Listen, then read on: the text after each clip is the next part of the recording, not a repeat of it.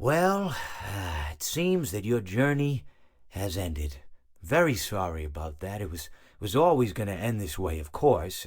If it weren't by me, it would have just been by some other, terrible thing. Just you could not imagine how terrible it would be. Just I get scared thinking about it. I'm glad it's not me.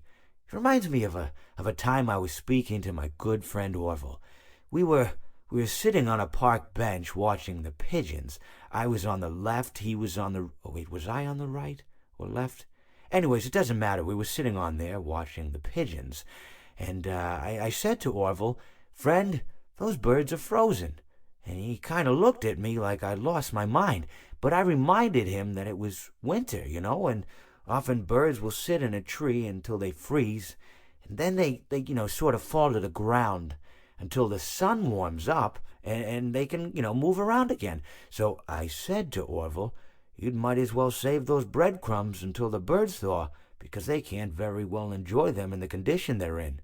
To which he asked what I meant, and asking what condition the crumbs should be in before he threw them to the birds, assuming that I meant the birds couldn't enjoy the breadcrumbs in the condition that the crumbs were in, when in fact I had meant the birds could not enjoy them in the condition that the birds were in, considering that the birds were frozen.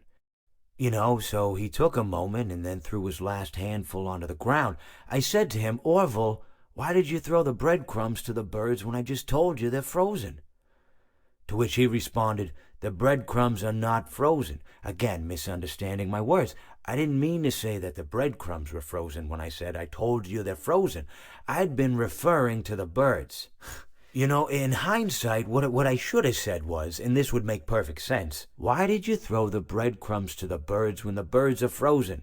He misunderstood upon my correction, stating that he didn't know what else to do with the breadcrumbs, and that perhaps, when the birds thawed, they'd still be able to eat the crumbs. So I said to Orville, and this is what I said to him, I said, "Orville, the birds may be dead."